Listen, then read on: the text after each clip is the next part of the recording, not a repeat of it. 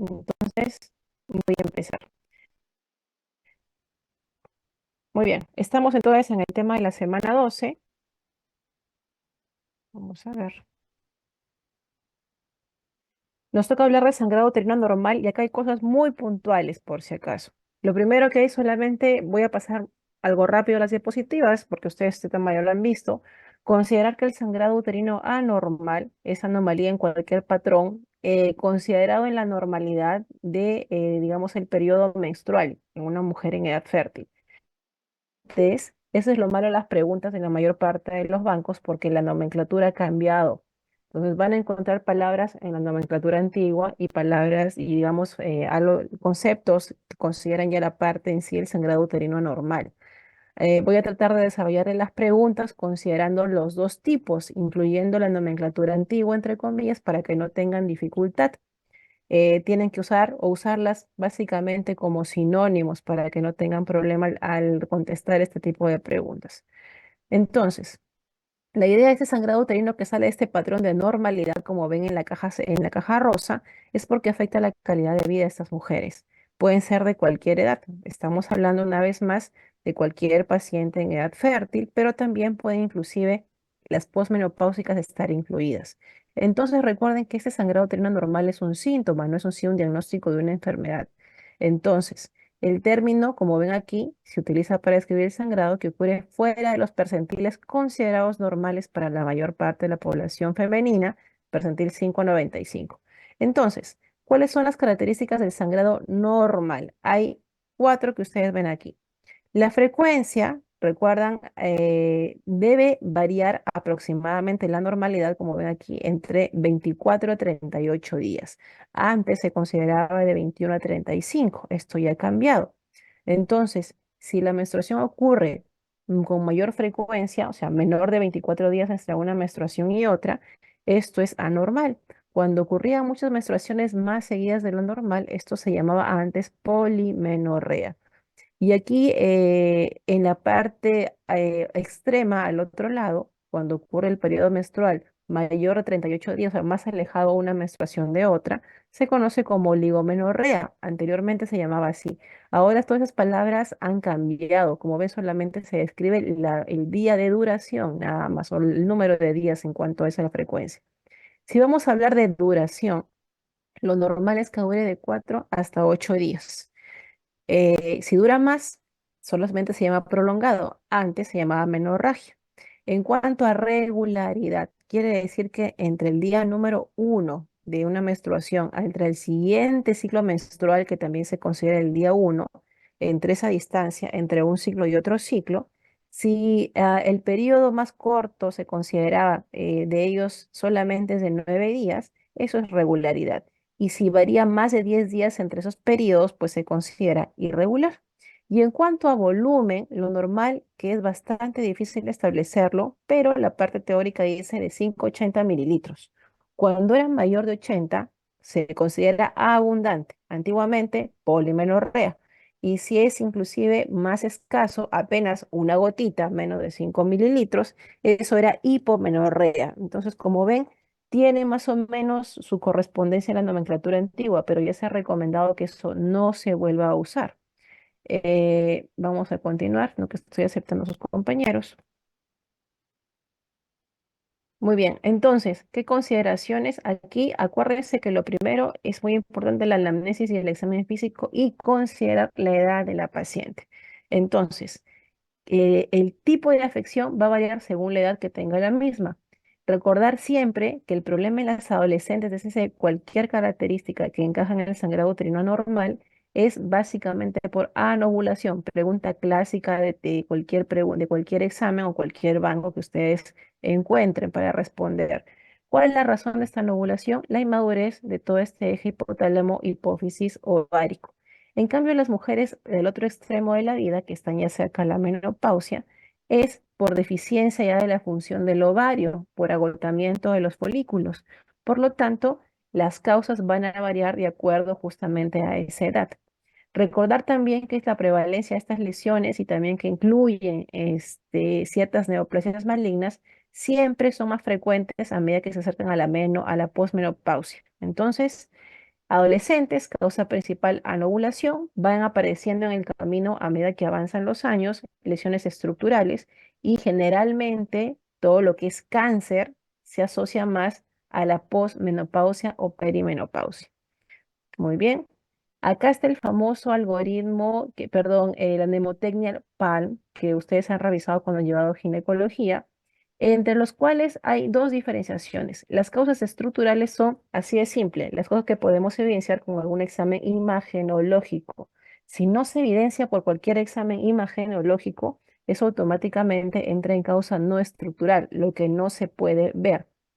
Y entonces, por consiguiente, siempre lo primero es empezar por descartar este tipo o la primera parte de causas estructurales que se consignan con el acrónimo PAL.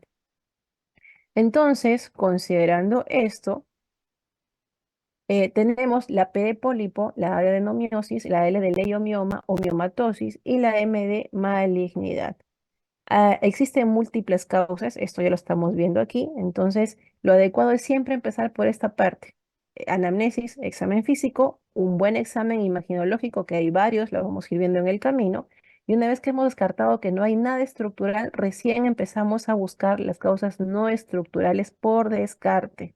Entonces, aquí, por ejemplo, en las primeras no hay mayor problema porque los exámenes nos van a ayudar. De hecho, cada una tiene una característica, digamos, cardinal que vamos a ver en las preguntas.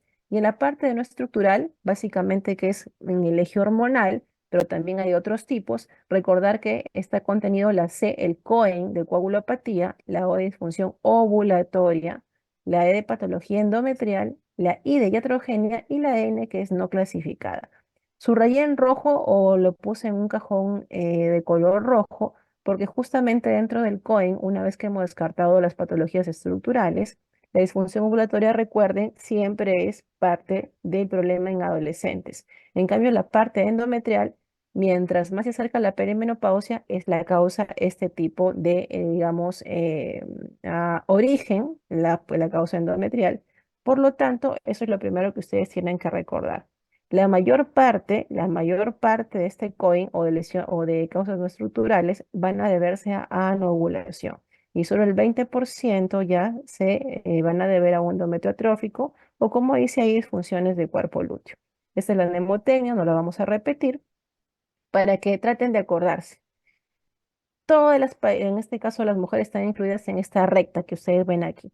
Las niñas las dejamos a un ladito porque recordar que si hay sangrado uterino anormal en estas pacientes, lo primero es un examen cuidadoso porque es lo que se sospecharía. Lo primero que hay que descartar siempre es abuso sexual. Por eso se queda aparte. Nos interesan las adolescentes, adultas y las menopáusicas. Entonces recuerden que en estas pacientes cualquier sangrado anormal siempre hay que primero considerar un probable embarazo, por lo tanto siempre hay que descartar el mismo. Puede ser por un examen de orina simple, por un examen de sangre para usar beta-HCG o inclusive hasta con una ecografía que también me sirve para diagnosticar embarazo. Una vez que descartamos, acá ven ustedes que el embarazo ya es negativo. Me interesa mucho es la anamnesis, verificar bien qué tipo de problema tiene la paciente en cuanto a su ciclo menstrual, en dónde está el problema. ¿Es en el volumen, es en la duración, es en la regularidad, en la frecuencia, etcétera? Por lo tanto, también es importante el examen físico. Exámenes imagenológicos, que aquí como ven, la primera o el primer examen que siempre vamos a acudir es la famosa ecografía transvaginal 2D, que es la que todos ustedes han visto que hay en todos los hospitales. Esto siempre va a ser de primera mano, siempre está en el primer paso de los algoritmos diagnósticos. Y según este hallazgo vamos a ir viendo si requiere otro tipo de exámenes o tal vez ciertos procedimientos como biopsia. Si estos salen negativos, significa que no hay causa estructural visible por un examen. Por lo tanto, nos toca ya encontrar o buscar las causas en el famoso COIN, que son las causas no estructurales. Y por el contrario, en este lado izquierdo, ya evidenciamos una causa estructural, lo que antes se conocía como causa orgánica, y nos lanzamos a buscar con otro tipo de exámenes imagenológicos, puede ser desde una histerosonografía, que ya van a ver qué es, una famosa histeroscopía, ECO-TV, primer examen, histerosonografía, segundo en este caso en elección y tercero la histeroscopía. También podríamos recurrir en algunos casos a tomografía e inclusive a una resonancia magnética. A ver, admitir. Muy bien, eso solamente es para que vean a grandes rasgos. Empezamos con los pólipos. ¿Qué son los famosos pólipos uterinos? Y esto probablemente muchos de ustedes, chicos o chicas, han escuchado ciertas características de algún familiar, alguna amiga o de repente ustedes mismas, no lo sé. Recordar que el pólipo es una protrusión benigna nodular de la superficie del endometrio. Acá está el dibujito. Por alguna razón empiezan a crecer ciertas prolongaciones en esta parte del tejido endometrial. Se está dentro de la cavidad endometrial y obviamente tiene sus vasos, tiene vascularización. Entonces, no vamos a discutir las causas ni la fisiopatología. Es cuando están presentes, algunas de ellas no tienen síntomas, pero el problema está cuando empiezan a tener los mismos. Más o menos en el 20-30% causan sangrado uterino anormal. ¿Cuál es la característica de este sangrado? Entonces, miren acá, esto es lo primero que tienen que ver. La señora se va a quejar de que su menstruación es más abundante que antes o que le dura más días. Ojo, traducido a la terminología antigua, o tiene acá polimenorrea, perdón, hipermenorrea o tiene menorragia. Trato, aunque ya no debe usarse esa terminología, vuelvo a repetir, porque en la mayoría de preguntas todavía usan esos términos. Ese es el problema. Lo adecuado sería que ya no les mencionen nada de esas palabras y solamente les pongan menstruación abundante o prolongada, que significaría que tiene más de 80 mililitros o que dura más de 8 días. Pero acá lo más importante es que los pólipos producen esta característica, sangrado entre una menstruación y otra. O si la señora es posmenopáusica, también habitualmente se deben a este tipo de anomalías, los famosos pólipos endometriales. Entonces recuerden, sangrado uterino anormal, característica, regla mucho, dura mucho, pero lo más característico, el síntoma cardinal es que hay sangrado intermenstrual. Acá no hay dolor por si acaso. Entonces, ¿qué es lo que pasa con estos pólipos? Hay algunos, la mayor parte recurren. Cuando uno los saca, pueden recurrir y en este caso, la presencia de pólipos múltiples o también la presencia de endometriosis pueden ser factor para que nuevamente vuelvan a aparecer. Quiere decir que si los sacamos, no quiere decir que nunca más la señora va a tener molestias, y eso hay que decirle. Pero en este caso, lo más importante, más que la recurrencia, es el hecho de que en algunos casos pueden transformarse en cáncer. ¿Cuándo o debemos tener en cuenta o qué factores se tienen en cuenta para esa transformación maligna hacia el cáncer? Cuando la paciente acá ven es obesa, cuando está posmenopáusica, quiere decir que no es lo mismo encontrar un pólipo en una mujer joven que en una mujer que ya pasó el año sin menstruación, cuando el grosor endometrial es mucho, cuando el pólipo también tiene mayor un tamaño que ahorita ustedes lo van a encontrar, e incluso cuando tiene diabetes, hipertensión y usa cierto medicamento como el tamoxifeno. Entonces, recordar que estos pólipos, si bien son benignos, cuando encontramos acompañado de estos factores, pueden transformarse en cáncer. Y que de hecho, si la mujer es joven, lo más frecuente es que recurran, no necesariamente el cáncer. Estos factores de malignidad son para pacientes principalmente posmenopáusicas. ¿Cómo hacemos el diagnóstico una vez que la señorita ha venido quejándose de que sangra mucho, le dura mucho, pero sobre todo que sangra entre menstruaciones? Primer paso siempre es una ecografía simple transvaginal 2D como la que ven ustedes acá. Muy buena sensibilidad y especificidad, pero esto acá no siempre se va a ver. Pregunta siempre, ¿en qué momento debe hacerse la ecografía para evidenciar si hay pólipos, en qué parte del ciclo? Porque no se recomienda posovulación en la fase secretora.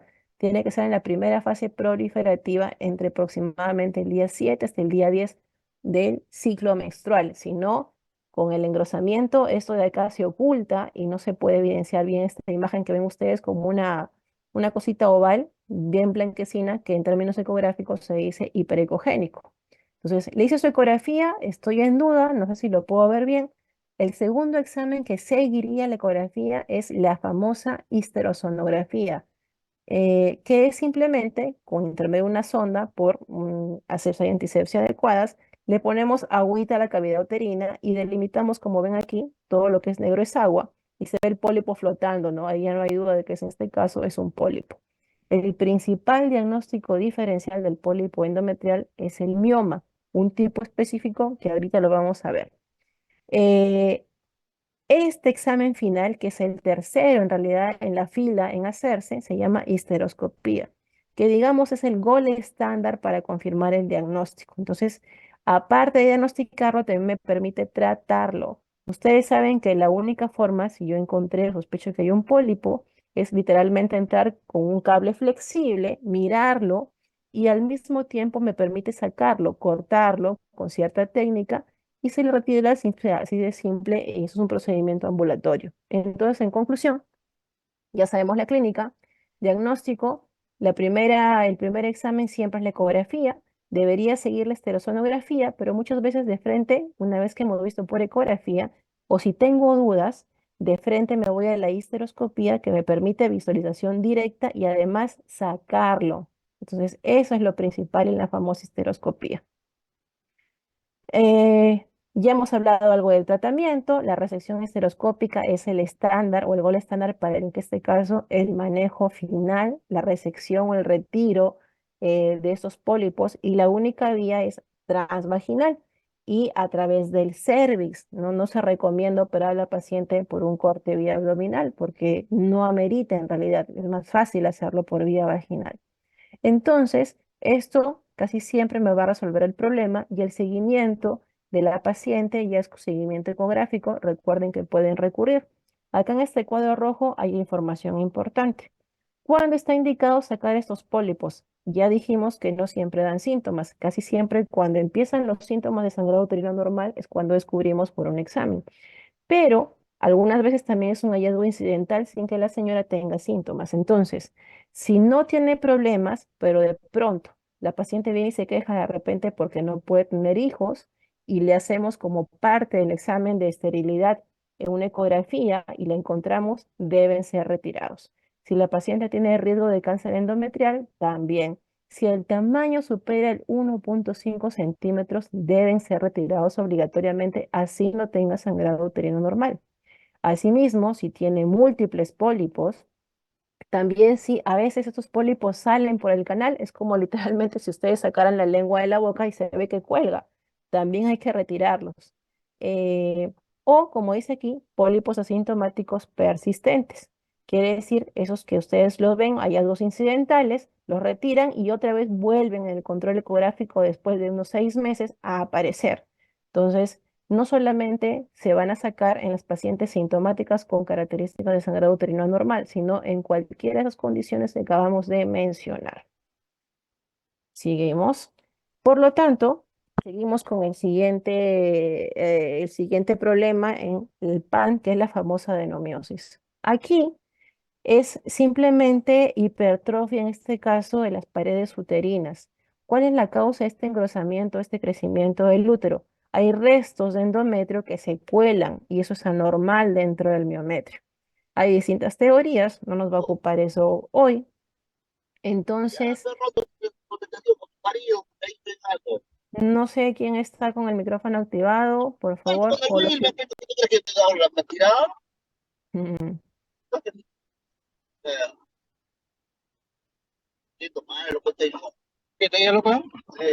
Wilmer Palma.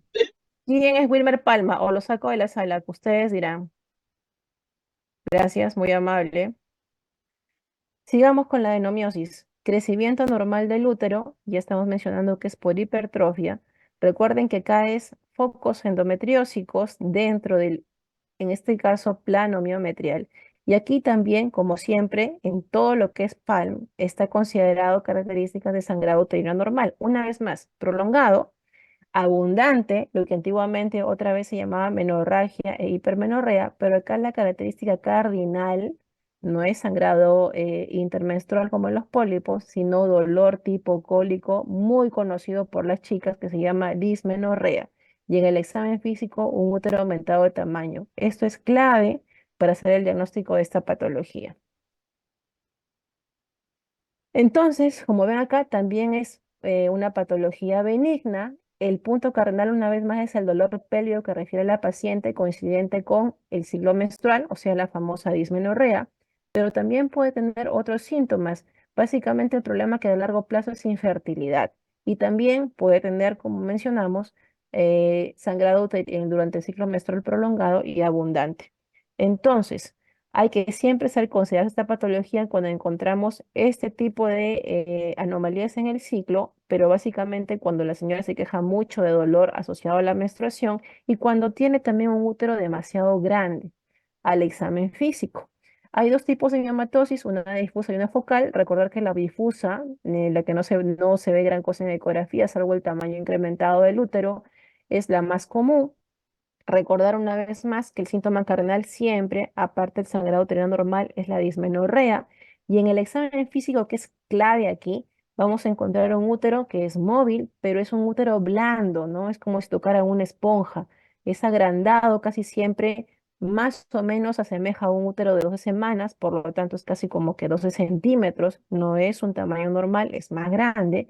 Y acá uno le ponen globular y pantanoso. Se refiere pues a un útero literalmente es más esponjoso y eso no es normal en la consistencia.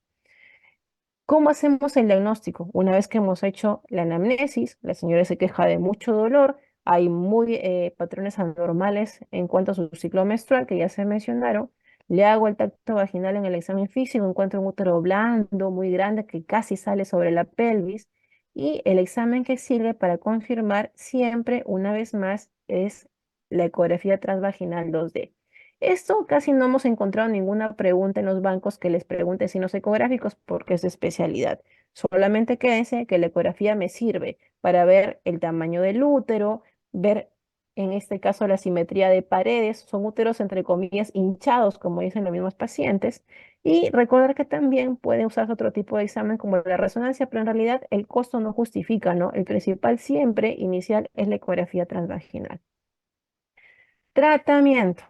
Recordar, primero vamos a lo del medio, la línea roja punteada. El tratamiento depende qué tantos síntomas tenga la paciente, pero también el deseo reproductivo de la misma, si quiere quedar embarazada o de repente ya cumple los objetivos reproductivos. Entonces, según eso, se hace el manejo. Si la señora quiere conservar el útero, de repente todavía quiere tener más hijos, le damos tratamiento farmacológico.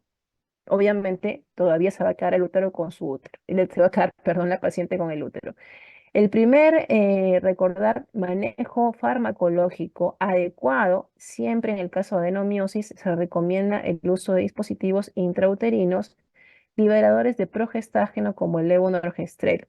Recuerdan que lo vimos o lo mencionamos en anticoncepción, de hecho era de primer nivel, pero tiene una característica importante que esto disminuye mucho la cantidad de sangrado y esto mejora bastante la calidad de vida de estas pacientes.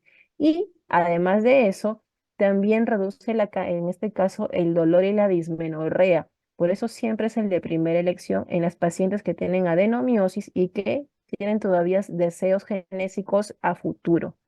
Si no puedo utilizar esto, puedo usar también anticonceptivos, pero que tengan progestinas combinadas. Entonces, recordar que la adenomiosis depende mucho, tiene mucha respuesta estrogénica, por lo tanto, inhibimos la ovulación. Entonces, el dolor y la dismenorrea van a disminuir, al igual que el volumen de sangrado, que casi siempre va a ser nulo y la paciente mejora. Una vez que pasen ciertos meses, podemos dejarlo y la paciente podría otra vez recuperar la fertilidad sin problemas si es que quisiera intentar una vez más un embarazo futuro. Recordar que los AINES no me tratan el problema, solamente van a tratar el problema de la dismenorrea o el dolor. Y el sangrado en realidad también lo pueden calmar, pero no es de base. La paciente sigue ovulando y mientras haya respuesta estrogénica, la paciente va a seguir con el problema de fondo. En cambio, si la señora ya no quiere, ya tuvo sus hijos completos o simplemente no quiere tenerlos nunca, pues el manejo ideal y definitivo es la histerectomía, que significa resección uterina. Entonces, esa es la manera completa de eliminar el problema de raíz. Eso siempre tienen que acordarse. O en otros casos, también existen la opción de la embolización de las arterias uterinas, pero recordar que esto, bueno, por efectos, digamos, técnicos, lo más común y siempre mejor es retirar el útero de la paciente sin anexos si la paciente es joven, porque recuerden que muchas de estas pacientes todavía deberían seguir menstruando, por lo tanto, los ovarios deben quedarse dentro de la misma. Adenomiosis otra vez, y llegamos a la parte de miomatosis. Aquí sí, digamos que es una de las patologías más comunes que hay, Aquí entonces, como van a ver, nuevamente se repiten las características del sangrado uterino normal. Abundante, quiere decir más de 80 mililitros, lo que antes se llamaba hipermenorrea.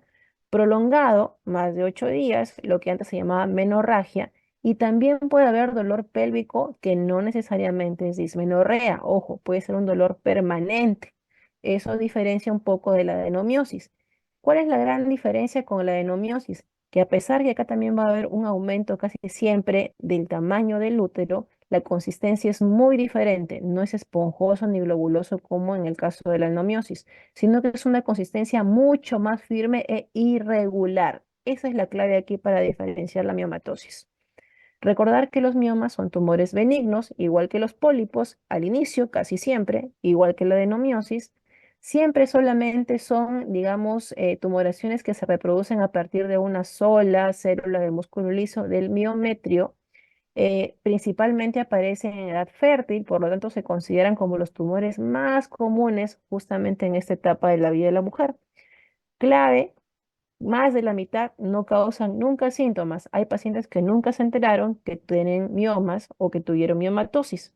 Entonces, en los casos en que hay sintomatología, depende de dónde está localizado el mioma. Es muy diferente a las dos patologías anteriores. ¿Qué síntomas pueden dar? Características de sangrado uterino anormal, también puede haber dolor pélvico, en algunos casos causas de infertilidad, también si se embaraza puede acabar en aborto, en partos pretérmino.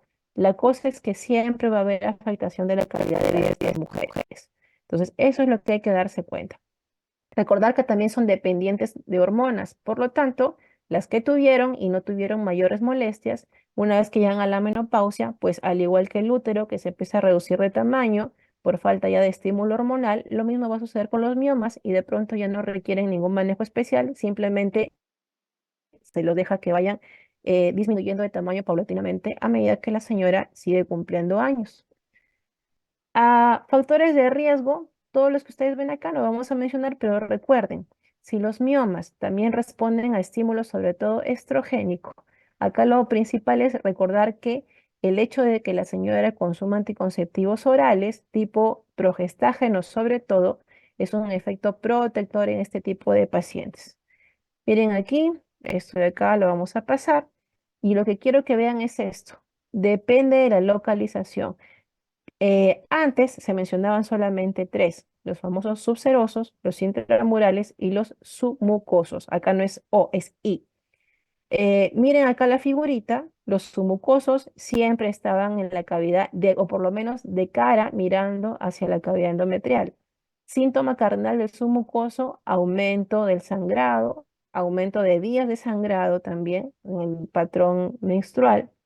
eh, Siempre los únicos que van a dar este tipo de molestias son de esta localización, submucoso, pero no son los más comunes son los intramurales que están localizados en el espesor del músculo uterino, que es músculo liso. Esos tipos no me dan sangrado anormal. Lo que sí me van a dar, dependiendo del crecimiento, hasta cuánto pueden crecer, es dolor pélvico. Y ahí viene lo que les decía, eso no es dismenorrea, dependiendo de dónde se localicen hacia atrás o hacia adelante, síntomas inclusive de problemas para defecar, de dolor por compresión, inclusive también síntomas urinarios. Pueden crecer tanto que pueden simular un embarazo de término inclusive. Entonces, una vez más, depende de qué miomas o la localización donde estén para poder elegir el tratamiento. Otra vez, diagnóstico, siempre es anamnesis y examen físico. Recordar que todos estos, por lo menos las primeras letras del P, el A y el L, comparten características de patrón anormal en la menstruación o sangrado uterino anormal. Casi siempre aumento de volumen y aumento de días o duración de la menstruación. Pero hay síntomas cardinales que para efectos del examen tienen que recordarlos. Pólipos, sangrado intermenstrual. Adenomiosis, dismenorrea y útero aumentado de tamaño pero blando y superficie lisa.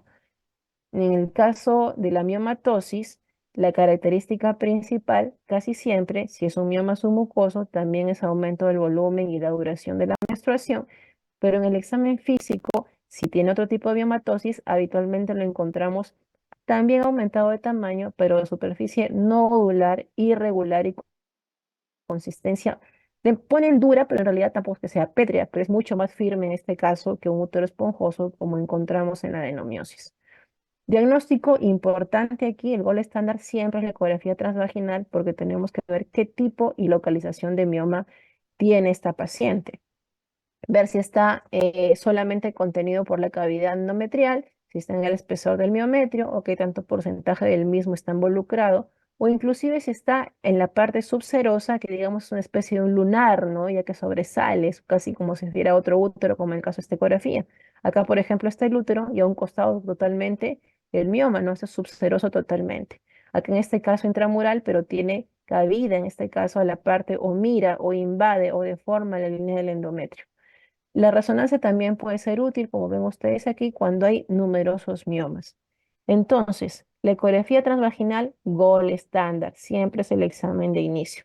Tiene muy buena sensibilidad y especificidad, pero, perdón, también puede haber otro examen que me sirva, sí. Siempre empezamos con la ecografía, una vez que sabemos qué tipo de miomas tiene, según la clasificación FIGO que ustedes ven aquí. Ah, acá en la caja rosada está el submucoso, acá básicamente los intramurales mezclados con los subserosos. Esa es la figurita que hacemos y que utilizamos nosotros como especialistas. No les preguntan mucho, pero una cosa que sí les sugiero que recuerden es que los submucosos, en la clasificación fijo que hay 8 tipos, siempre el submucoso que da el patrón de sangrado anormal va desde el 0 hasta el 3. Miren aquí en la figurita, se dan cuenta que está cavidad endometrial, sangrado. Uno, sangrado. Dos, mira un poquito, pero igual deforma la línea, sangrado. Y el tres, casi nada, pero sí tiene contacto con la línea, sangrado anormal. Los demás básicamente no producen tanto problema en cuanto al patrón menstrual que debería ser normal en una paciente. Entonces regresamos aquí. Recordar que la histerosonografía, ponerle agüita a la cavidad uterina para evidenciar el mioma, solamente me sirve en los miomas de tipo 0, 1 y 2 o principalmente, mejor dicho, en los miomas submucosos. Si recuerdan, hace unos minutos mencioné que el principal diagnóstico diferencial de los pólipos justamente son estos tipos de miomas submucosos. ¿Cómo lo diferencio? Con una histerosonografía o si quiero ahorrar y de frente tengo la posibilidad de hacerlo, una histeroscopía, visualización directa para poder evidenciar qué tipo de lesión nodular tengo, o es un mioma o es un pólipo y a la vez me ofrece la gran ventaja de resecarlo o retirarlo. Entonces, aquí en la clasificación, como ven de la FIGO, acá están los famosos numeritos. Los más, una vez frecuentes, recuerden bien, son los intramurales. Esos no me dan sangrado anormal. Los submucosos le siguen en frecuencia, esos sí me dan sangrado anormal. Y en la clasificación FIGO incluyen del 0, 1, 2 y 3. ¿Qué hacemos que una vez que hemos diagnosticado la miomatosis? Entonces, tengo que ver si la paciente es asintomática, me di cuenta solamente incidentalmente por una ecografía, o si viene con síntomas. Si la señora es asintomática, como ven aquí, aquí no hay nada que hacer, pues no me da ningún problema, no tiene sangrado anormal, no tiene dolor, no tiene problemas de presión para defecar ni para miccionar. Entonces, aquí el control solamente es con ecografía, principalmente cada 6 meses para ver si crecen o no crecen.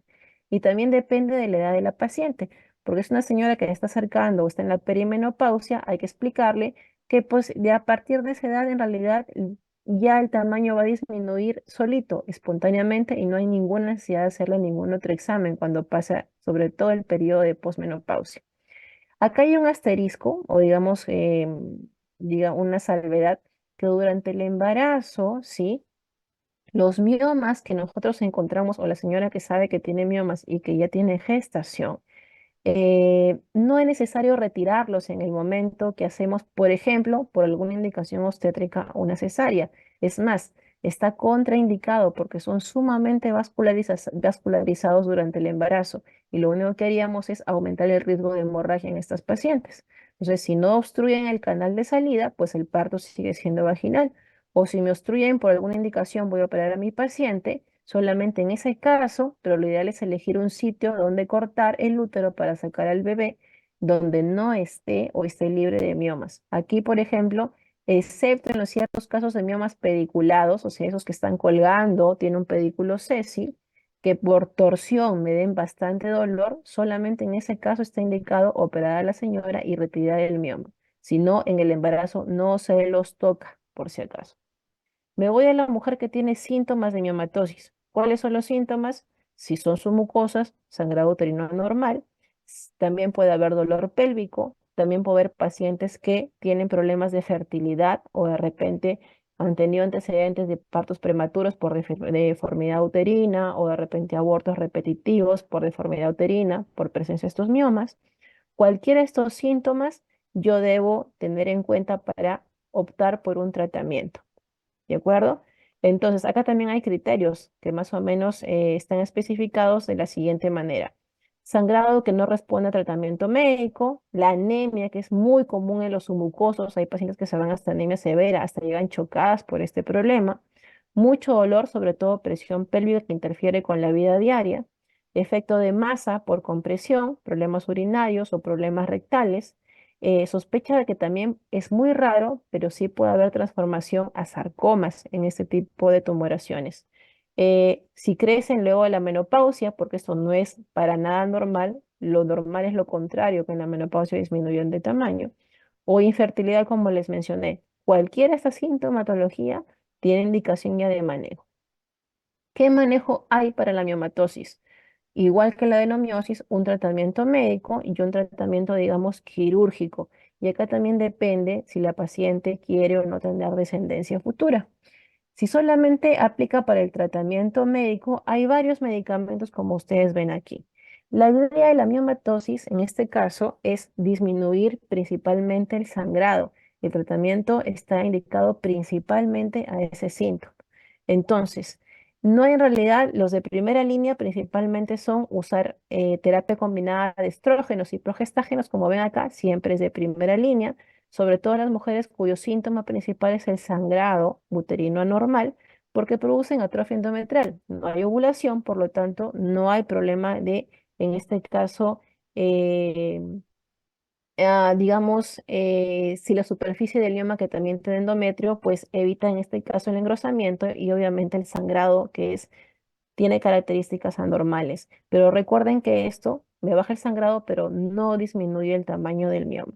También similar al primero, en las pacientes en las cuales no podemos usar estrógeno, también me puede responder sin ningún problema progestágenos. Entonces puedo usar cualquiera de los dos, pero siempre el de primera elección es el combinado. Asimismo, si bien puedo usar progestágenos parenterales, también se puede usar una vez más de forma localizada en forma de DIU. Y recuerden que el levolorgestrel en este tipo de dispositivo también lo podríamos usar en adenomiosis. Reducen el sangrado, que es importante, ¿sí? Pero recordar que cuando hay mucha deformidad de la cavidad endometrial, cuando tiene múltiples biomas la paciente, no es lo ideal porque al colocarlo podemos perforar. Entonces, depende de qué tipo de miomas tenga la señora. Hay que hacer una buena ecografía antes de aventarnos a usar este tipo de dispositivos. Por lo tanto, siempre lo mejor es la terapia combinada de anticonceptivos orales que tiene estrógeno y progestágeno. Hay otro tipo de medicamentos como estos, los agonistas de la GnRH, que es el Leuprolide famoso, que en realidad la principal y única indicación es disminución del tamaño del mioma. En aquellos pacientes, por ejemplo, que tienen miomas muy grandes, que yo sé que me va a dificultar la cirugía o que de repente va a tener abundante sangrado durante la misma, algunas veces pueden ser candidatas a este tipo de medicamento, pero se usa en realidad muy poco. Entonces, eso sí me disminuye el tamaño, en este caso de los miomas. Cuando se utiliza ya tratamiento quirúrgico, dependiendo una vez más, si la paciente básicamente no ha respondido al tratamiento médico, le puedo ofrecer o sacarle los miomas dependiendo de dónde estén localizados, o también simplemente, si la señora tiene ya su deseo genético cumplido, ofrecer una histerectomía, que es retiro completo del cuerpo uterino. Si solamente le ofrecen o solamente le hacemos resección del miomas en sí, recordar que hay una vía de abordaje abdominal y también puede ser una vía laparoscópica, puede ser una vía vaginal, un poco complicado más, y hasta por histeroscopía. Entonces, en el figurita está Cualquier vía puede ser abordaje para este tipo de pacientes. Solamente ustedes deben recordar los siguientes. La histeroscopía es sacar miomas que están en la cavidad submucosos. No me sirve para otro tipo de miomas, por si acaso. Las dos siguientes me sirven para tratar miomas, sobre todo subserosos y también intramurales. Aquí en la histeroscopía no me va a permitir jamás sacar este tipo de miomas. Entonces, eso es lo único que tienen que ustedes que recordar. No hay otra cosa aquí. Acá hablamos un poco de histeroscopía, la parte de miomectomía vaginal, que solamente diferencia nada más, en este caso, la vía de abordaje. Hay algunos que pueden ser más grandes que otros, pero las técnicas no lo voy a entrar a discutir porque esto ya es de especialidad. Vamos de frente a los casos. Pregunta número uno. Miomas uterinos submucosos, pregunta clásica. ¿Cuál es el signo más frecuente hablando de sangrado uterino normal y lo que sale del patrón de normalidad? Entonces recuerden que el submucoso, que se encuentra en cavidad endometrial, lo principal es sangrado anormal, muy abundante o más duración de lo habitual. Esa es característica de este tipo de mioma. El aumento del tamaño uterino es de los miomas, sobre todo intramurales y también los subserosos. Igualmente, el dolor pélvico es intramurales y subserosos, justamente por el aumento del tamaño del útero que producen síntomas y compresivos de recto y de vejiga. No tiene nada que ver con la correa ni con úlcera cervical.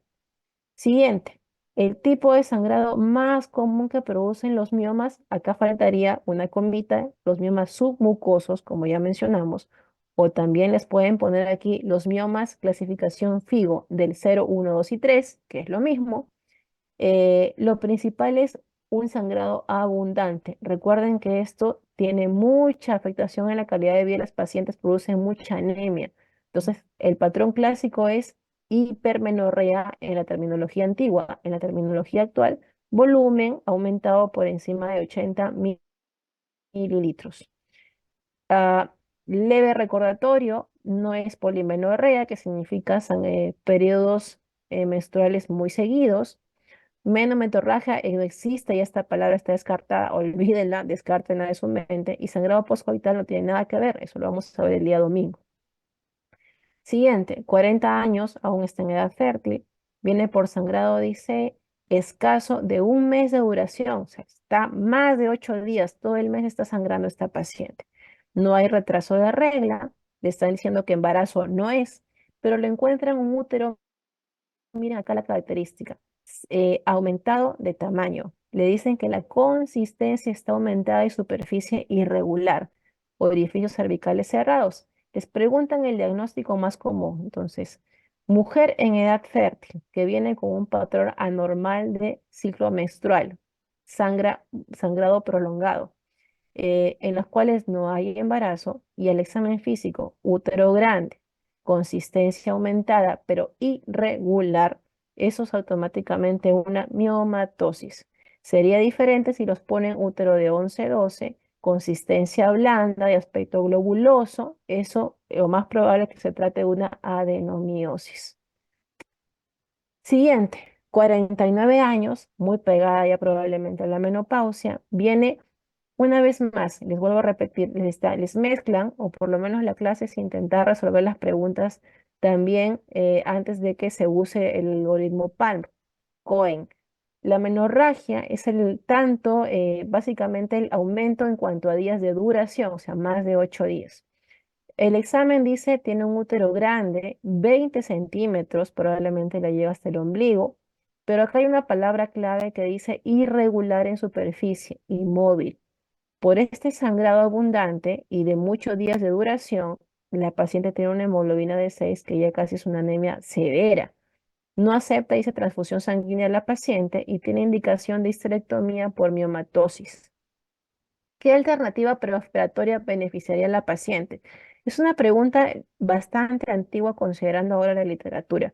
Aún así, se ha decidido ponerla.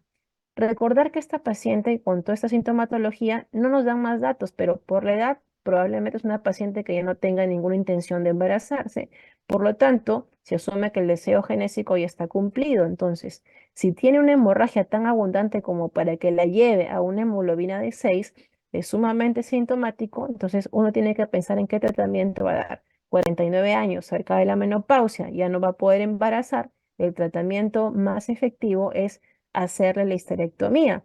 Pero antes, si la señora no quiere ponerse sangre para aumentar esta hemoglobina, la única opción terapéutica es usar cierto tipo de medicamentos que me ayuden a disminuir este útero, por lo menos de tamaño un poco, para que recupere la paciente la hemoglobina, porque también me ayuda a disminuir el sangrado. Y además, el plus es que durante la cirugía, si el útero es más pequeño, pues también me facilita, además de operarse, también el menor cantidad de volumen perdido. Entonces, acá les puse algo.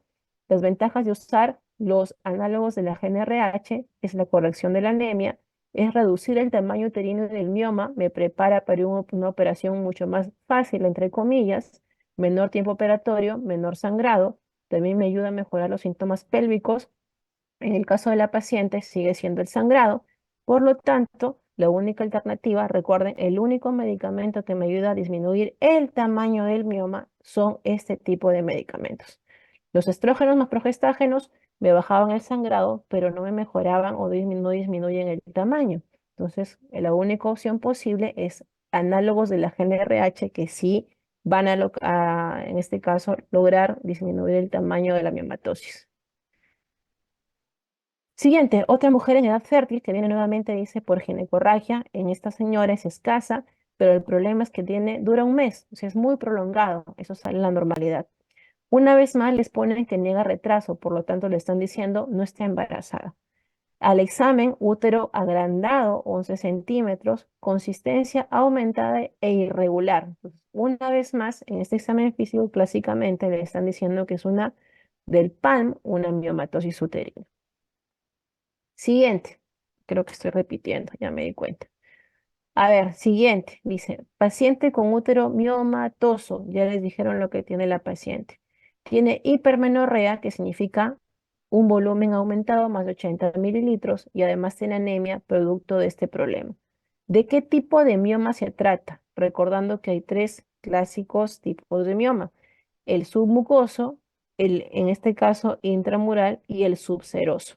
Pero en la clasificación FIGO de 8 tipos, esto se refiere en, del tipo 0, que incluye el 1, el 2 y el 3. Todos ellos son submucosos y es el único tipo de mioma que me puede producir este aumento anormal de volumen en el periodo menstrual. Siguiente, 35 años, edad fértil, otra vez volumen abundante. De esta hipermenorrea es la terminología de un volumen muy grande, más de 80 centímetros cúbicos. Especuloscopía le dicen, confirman que el sangrado viene de la cavidad uterina, no es un problema de cuello o de cervix. Y en el tacto vaginal, útero nuevamente aumentado de tamaño, 9 centímetros es muy grande, lo normal, dependiendo de la paridad, hasta 6, 7, muy rara vez hasta 8. Y consistencia fibromuscular. La palabra fibromuscular, las palabras nodular, la palabra irregular, siempre asocian con miomatosis. Por lo tanto, el único diagnóstico por el examen físico, por lo menos presuntivo, es justamente una miomatosis uterina. Una vez más, la adenomiosis, que también puede hacer o puede ocasionar un útero muy grande, pero acá la consistencia es totalmente blanda, globulosa, pantanosa, como dice la literatura.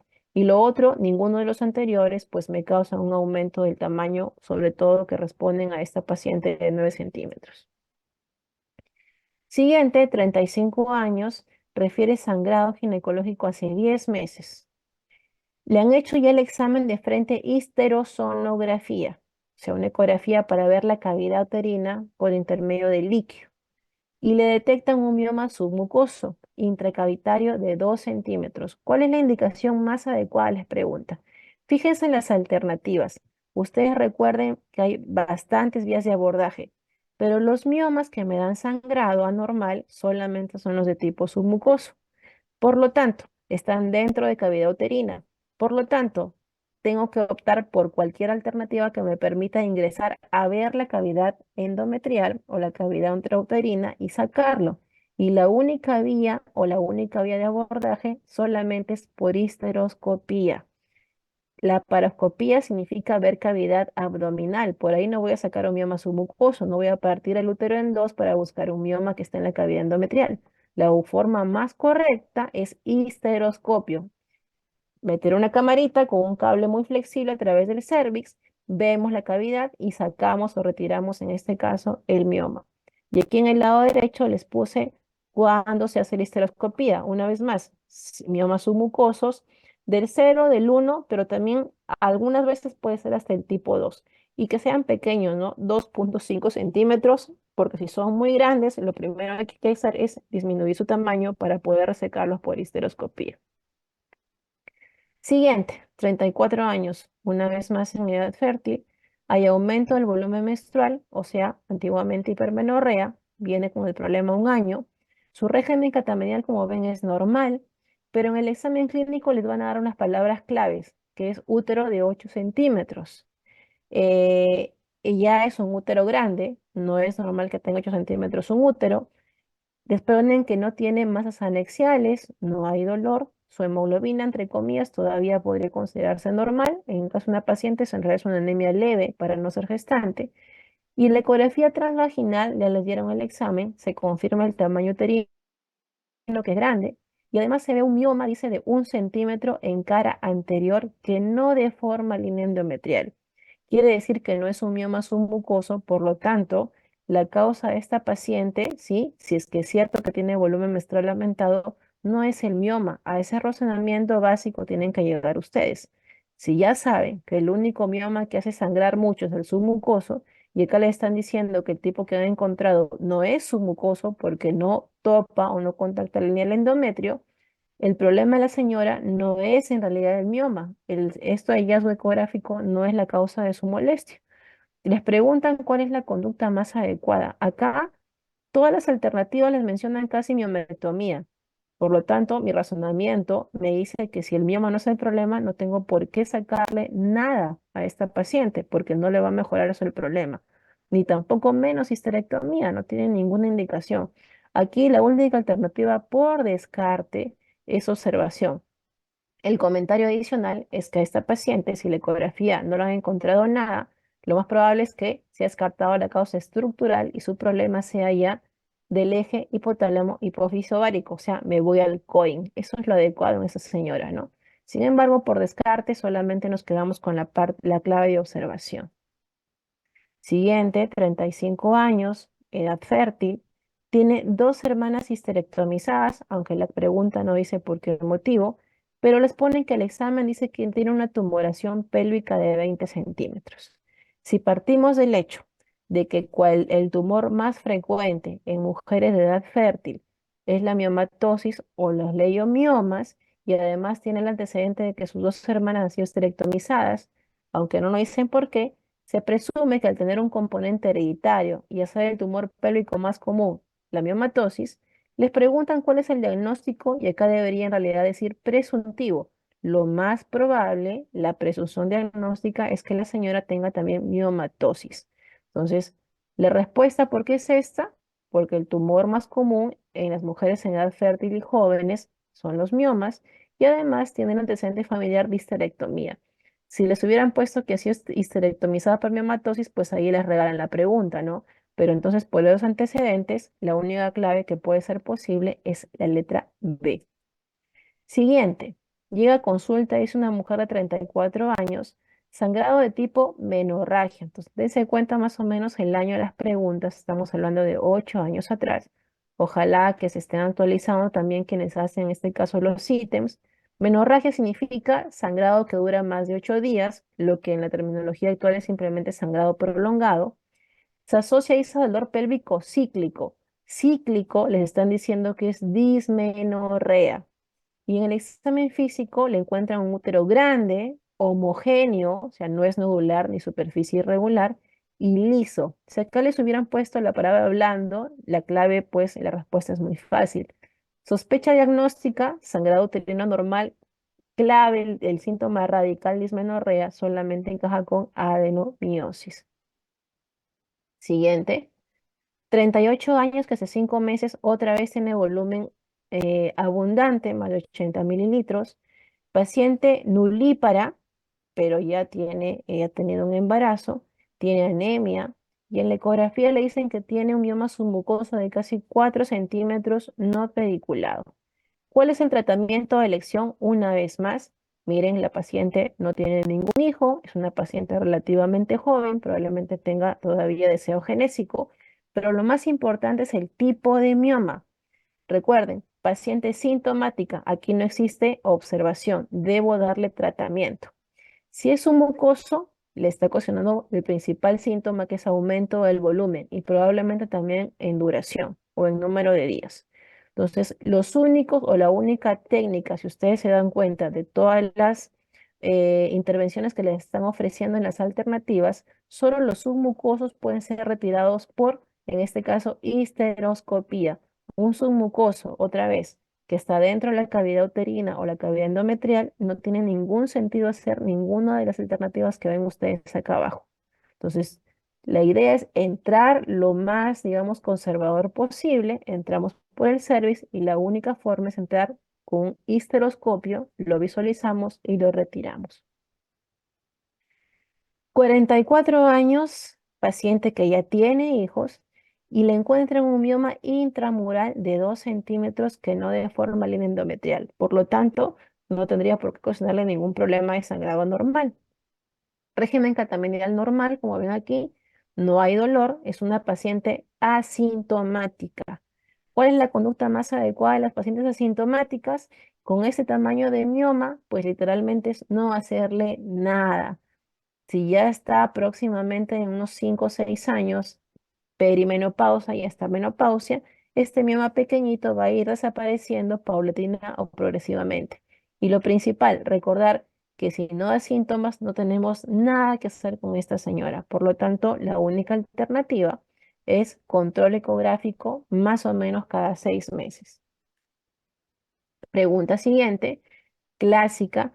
Esto sí les preguntan con FIGO, ¿qué tipo de mioma se asocia con mayor frecuencia a sangrado vaginal? Acá debería ser sangrado uterino, ¿no? Anormal.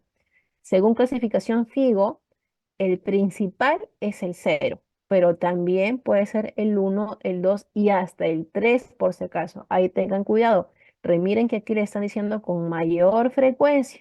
Con mayor frecuencia es el clásico mioma submucoso que me llega a la paciente con hemoglobina de 3, de 4. Hemos tenido pacientes con hemoglobina hasta de 2,5 que llegan mega chocados a la emergencia solamente por tener este tipo de mioma. Siguiente, en la mayoría de mujeres que tienen sangrado uterino normal con ciclos anovulatorios, que generalmente es en la pubertad y las que se acercan a la menopausia, ¿cuál es el problema? Le están preguntando, o sea, ¿qué se encuentra en este tipo de señoras?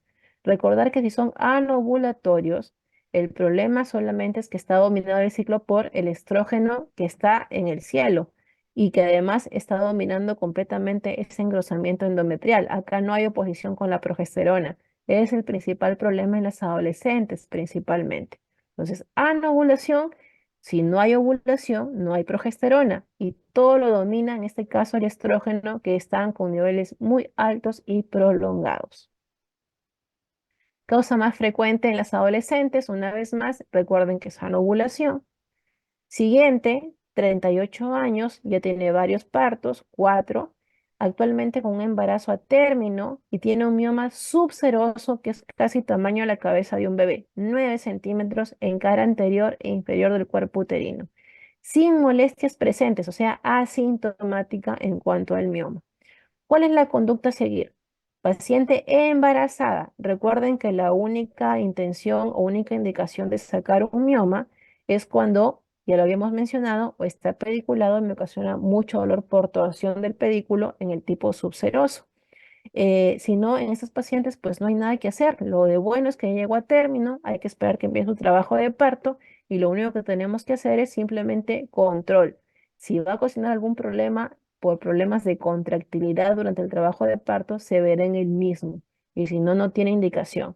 Si acaso llegara a ser intervenida por cesárea, recuerden, los miomas no se tocan por si acaso.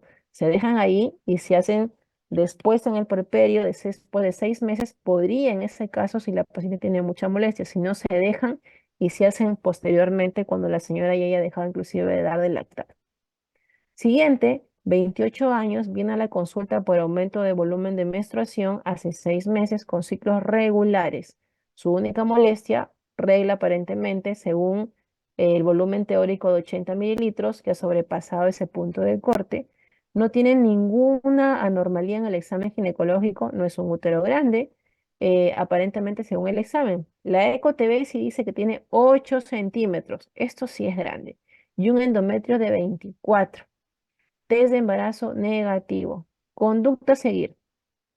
Primero, ¿tiene síntomas de sangrado uterino normal? Sí, correcto. ¿Tiene prueba de embarazo negativa? Correcto. Entonces, su problema no se debe a embarazo. Sin embargo, les están dando un datazo de que tiene un útero grande y un endometrio muy grueso. Puntos de corte de la medida del endometrio. Para las posmenopáusicas, que es lo que más se conoce, 4 a 5 milímetros. Cuando pasan de esta medida es completamente anormal y es un engrosamiento endometrial o hipertrofia del endometrio. Eso lo vamos a ver en la próxima clase del día domingo. En cambio, en las pacientes premenopáusicas, es muy joven esta paciente, en realidad el punto de corte no está muy bien establecido, pero se estima que no debe sobrepasar nunca en el punto máximo de engrosamiento los 16 milímetros. Cuando sobrepasa eso, la primera sospecha es embarazo, pero aquí le están diciendo que es negativo. Por lo tanto, ¿cuál es la conducta a seguir por este engrosamiento anormal de la paciente? La única forma de ver de qué se está tratando es hacerle una biopsia de endometrio para ver qué está produciendo ese engrosamiento.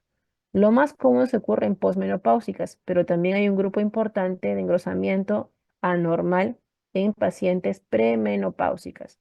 Aquí en esta paciente no me sirve la hidrosonografía, que es lo mismo que la histerosono, o sea, colocarle agüita, porque aquí el problema no es pólipo, no es un mioma submucoso, te está diciendo simplemente que es un engrosamiento aparentemente homogéneo. Tampoco me va a solucionar el problema un legrado. Lo que tengo que estudiar es la causa del engrosamiento y la única forma de saberlo, hacerles una biopsia endometrial. Y con eso se acabó, jóvenes. Si todavía viven, Sí, doctora. denunciar.